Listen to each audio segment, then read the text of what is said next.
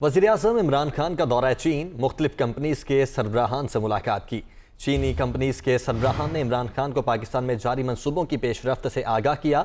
सरमायाकारों का मुख्तलिफ शोबों में मज़ीद सरमायाकारी बढ़ाने में दिलचस्पी का इजहार। वज़ीर-ए-आज़म ने चीनी कंपनीज की पाकिस्तान में सरमायाकारी में गहरी दिलचस्पी को सराहा है। वज़ीर-ए-आज़म इमरान खान का दौरा चीन, मुख्तलिफ कंपनीज के सरबराहों से मुलाकात। कंपनी सरबराहान ने इमरान खान को पाकिस्तान में जारी मंसूबों की पेशरफ्त से आगाह किया। सरमायाकारों का मुख्तलिफ शोबों में मज़ीद सरमायाकारी बढ़ाने में दिलचस्पी का इजहार और वज़ीर-ए-आज़म ने चीनी कंपनीज की पाकिस्तान में सरमायाकारी में गहरी दिलचस्पी को सराहा। मुस्लिम लीग नून की तर्जुमान मरियम औरंगज़ेब ने कहा है कि वज़ीर ख़जाना ने बड़ी खुशी से पाकिस्तान के मज़ीद $1 अरब मकरूज़ होने का ऐलान किया। इमरान साहिब पर नज़र रखी जाए, IMF से कर्ज लेने पर खुदकुशी ही न कर ले। अपने बयान में मरियम औरंगज़ेब ने मज़ीद कहा है कि पाकिस्तान की तारीख में लिए गए कुल कर्ज का 70% इमरान साहिब के दौरे इक़्तिदार में लिया गया। इमरान साहिब की वजह से 58,000 से बढ़कर आज हर पाकिस्तानी 1,79,000 रुपए से ज़्यादा का मकरूज़ हो चुका है। 2 करोड़ 20 लाख लोग गुर्बत की लकीर से नीचे धकेल दिए गए हैं। 3 साल में इमरान साहिब की आमदन 90% बढ़ गई है, लेकिन अवाम को कर्ज, भूख, बेरोजगारी और महंगाई के सिवा क्या मिला? अपोजिशन ने हुकूमत के खिलाफ पार्लियामान में मुश्तरका हिकमत अमली के लिए सर जोड़ लिए हैं। यूसुफ रजा गिलानी की ज़ेर सदारत मुत्तहिदा अपोजिशन का अहम मुशावरती इजलास हुआ। इसी हवाले से तफसीलात जानेंगे यासिर मलिक से। जी यासिर, बताइएगा। जी बिल्कुल, अपोजिशन ने हुकूमत के खिलाफ पार्लियामान में मुश्तरका हिकमत अमली के लिए जो सर है वो जोड़ लिए हैं। सेनेट में अपोजिशन लीडर यूसुफ रजा गिलानी की ज़ेर सदारत मुत्तहिदा अपोजिशन का जो अहम मुशावरती इजलास है वो अपोजिशन लीडर के चैम्बर में इस वक्त जारी है, जिसमें सेनेटर फलवश खान, मुसद्दिक मलिक, आदम नज़ीर सारण, मौलाना अब्दुल गफूर हैदरी, राना मकबूल समेत दीगर जो सेनेटर्स हैं अपोजिशन के वो इस इजलास में शरीक है। अपोजिशन का पार्लियामेंट में हुकूमत को शिकस्त देने के लिए मुख्तलिफ जो अमूर हैं उनके ऊपर तबादला ख्याल इस वक्त जारी है। शाह महमूद कुरैशी की जानिब से सेनेट में यूसुफ रजा गिलानी पर तनकीद का मामला जो है वो भी इस इजलास में ज़ेरे गौर आया है। इस वक्त इजलास जारी है और इस इजलास में हुकूमत को किस तरह से टफ टाइम दिया जाए सेनेट के अंदर, उसके हवाले से मुशावरत जो है वो इस वक्त जारी है। जी बहुत शुक्रिया यासिर, आप हमें अपडेट कर रहे थे। राना सनाउल्लाह की जानिब से आला अदलिया को धमकियों का मामला। पार्लिमानी सेक्रेटरी आलिया हमजा ने लाहौर हाई कोर्ट में पिटीशन दायर कर दी। पिटीशन में मुस्लिम लीग नून के रहनुमा राना सनाउल्लाह की नाअहली की इस्तदा की गई है। अदलिया के खिलाफ बयानबाजी और धमकियां नून लीग का पुराना वतीरा है, आलिया हमजा की जानिब से कहा गया। उमर जट हमारे साथ मौजूद हैं। उमर, पिटीशन में क्या कुछ लिखा गया है? जी, ये राना सनाउल्लाह की जानिब से आला अदलिया को जो धमकियों का मामला था उस पर पार्लिमानी सेक्रेटरी और PTI की रहनुमा आलिया हमजा ने राना सनाउल्लाह के खिलाफ लाहौर हाई कोर्ट में पिटीशन दायर की है।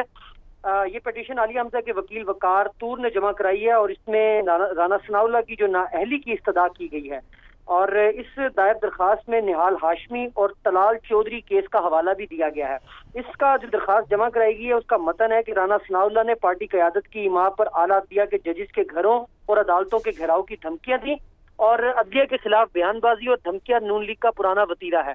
इस हवाले से आलिया हमजा ने भी जो बयान जारी किया उसमें उनका कहना था कि उन्होंने ये दरखास्त लाहौर हाई कोर्ट में जमा करवाई है और उन्हें उम्मीद है कि अदालत की जो साख है उसको बरकरार रखते हुए अदालत इन तमाम चीज़ों का नोटिस लेगी और राना सनाउल्लाह के खिलाफ जो उनकी दरखास्त है उस पर कार्रवाई की जाएगी। उन्होंने कहा कि लोगों को खरीदना और खरीद ना सकें ये तो धमकियां और हमलावर होना नून लीग का वतीरा है। तो ये दरखास्त राना सनाउल्लाह के खिलाफ PTI की पार्लिमानी सेक्रेटरी आलिया हमजा ने जमा करवाई है। उमर जट, बहुत शुक्रिया आपका। पाकिस्तान ने कंट्रोल लाइन पर जंग बंदी से मुतल्लिक भारतीय आर्मी चीफ का दावा बेबुनियाद और मुज़ाहका खेज करार देकर मुस्तरद कर दिया है। DGI SPR का कहना है कि भारत का ताकत की बुनियाद पर सीज फायर का दावा दुरुस्त नहीं है। ये मुआहिदा कंट्रोल लाइन के दोनों अतराफ शहरी आबादी के तहफ़्फ़ुज़ की पाकिस्तानी ख्वाहिश पर हुआ। मुआहिदे को अपनी बढ़तरी या दूसरे की कमज़ोरी से ताबीर करना दुरुस्त नहीं। किसी को अपनी ताकत के हवाले से गुमान में नहीं रहना चाहिए।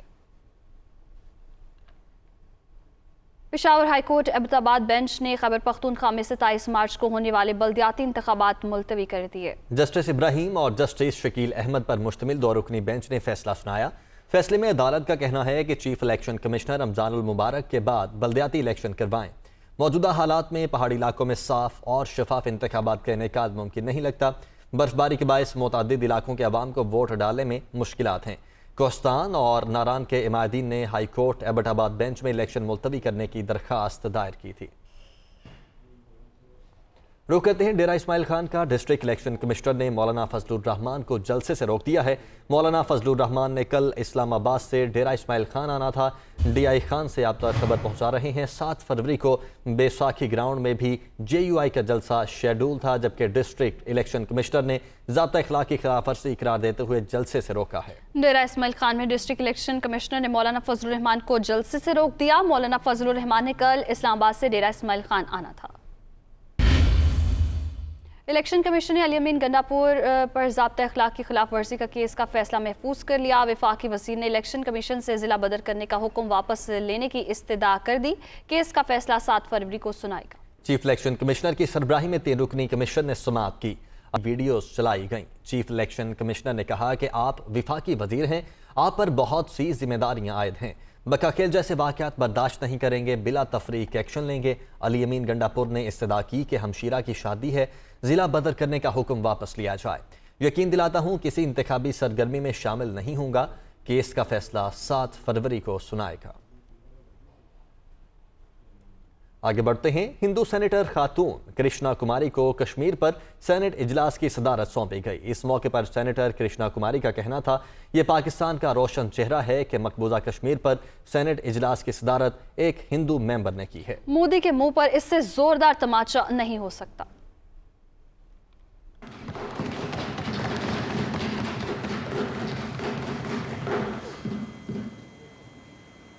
ویلکم میڈم ان دی چیئر۔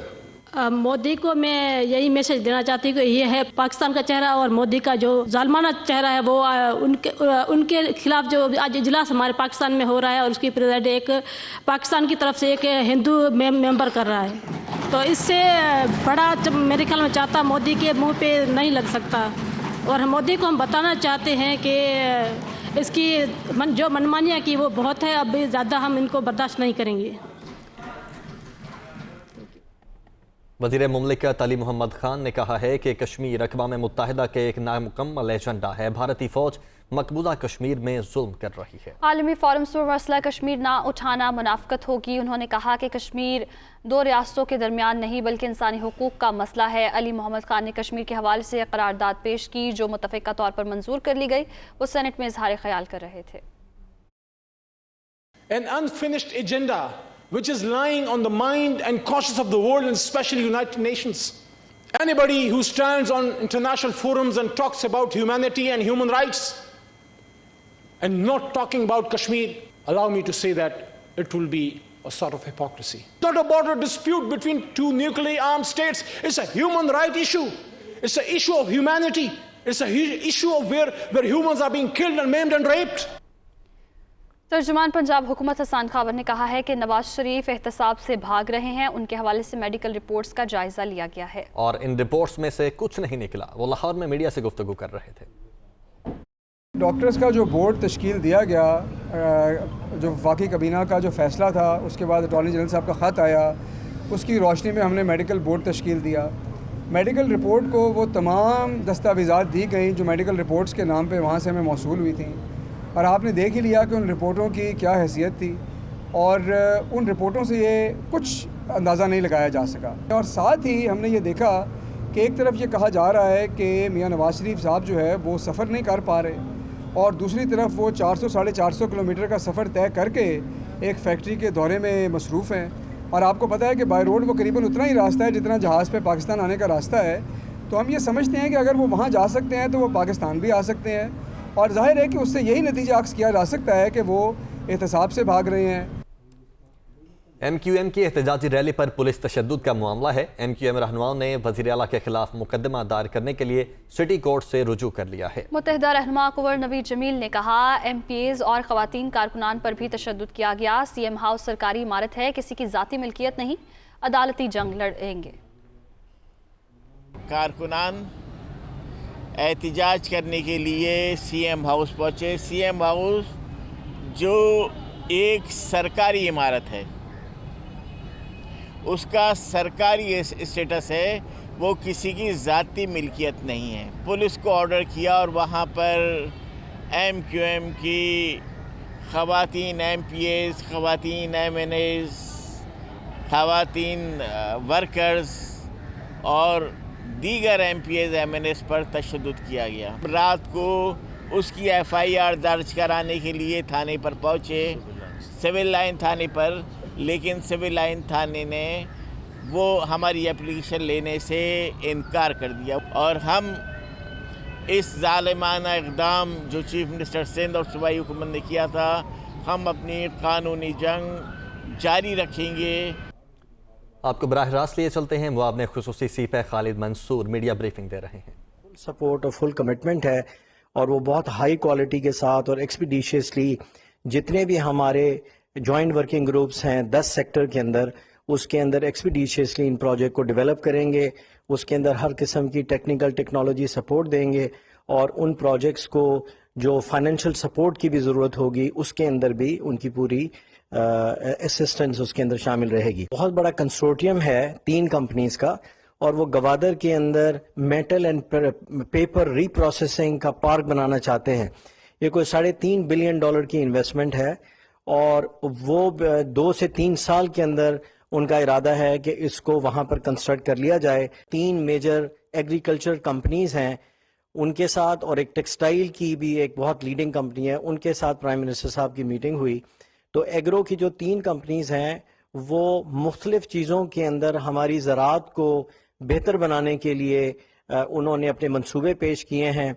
उसके अंदर एग्रीकल्चर के अंदर जो मॉडर्नाइजेशन है उसकी रिसर्च लैब्स हैं, डेमोन्स्ट्रेशन प्लॉट्स वो बनाना चाहते हैं और उसके बाद इस किस्म की डेमोन्स्ट्रेशन से उन्होंने ये कहा कि जिस तरह चाइना ने ज़राअत में तरक्की की है कि उससे ईल्ड भी बेहतर होगी और सीड की क्वालिटी भी बेहतर होगी। इसी तरीके के साथ एक और कंपनी है कि जो पेस्टिसाइड्स के अंदर, फर्टिलाइज़र के अंदर वो कॉर्न ग्रो करना चाहते हैं, सोयाबीन ग्रो करना चाहते हैं और वो भी एक्सपोर्ट ओरिएंटेशन है। उसके बाद जो तीसरी कंपनी है वो डेयरी के अंदर उनका इरादा है इन्वेस्टमेंट का कि FMD पार्ट बनाना चाहते हैं जिसके अंदर बफलो को वो ग्रो करेंगे और उसके बाद उनका जो हाई क्वालिटी मिल्क है उसको एक्सपोर्ट करेंगे और इसके अलावा जो डेयरी के मिसलिनियस प्रोडक्ट्स हैं।